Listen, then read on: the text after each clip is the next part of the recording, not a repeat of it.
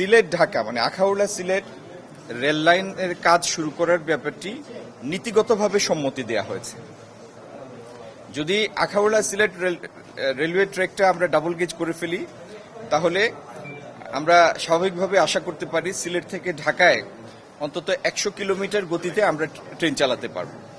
এতে যাত্রী পরিবহন এবং পণ্য পরিবহনে এখন যে সময় লাগে সেটি বিপুলভাবে কমে আসবে।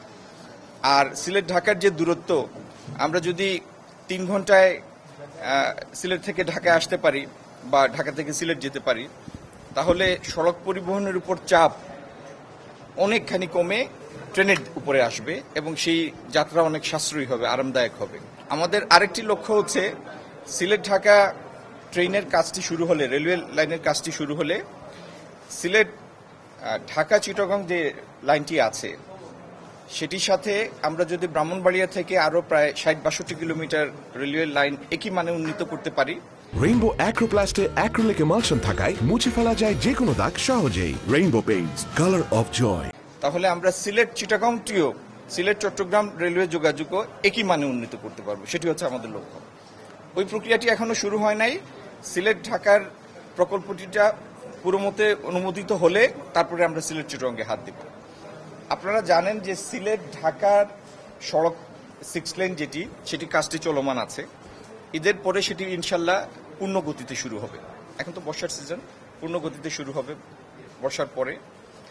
একই সাথে যেভাবে ট্রেন লাইনে একটা আংশিক রাস্তা করলে হয়, একইভাবে আমরা চিহ্নিত করেছি যে 54 কিলোমিটার রাস্তা, সেটিও যদি আমরা 6 লেনে নিতে পারি, তাহলে সিলেট চট্টগ্রাম সড়ক যোগাযোগটিও একই মানে উন্নীত হবে।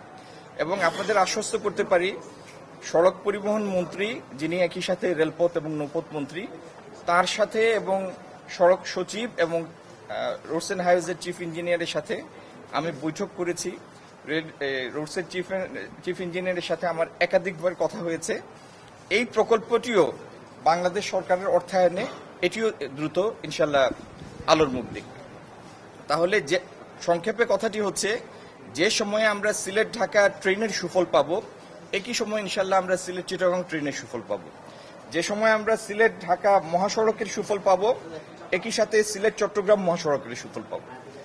আর যেটি অন্য যে কাজটি আমরা করতে যাচ্ছি, আজকে আমার বিমানের ব্যবস্থাপনা পরিচালকের সাথে কথা হয়েছে।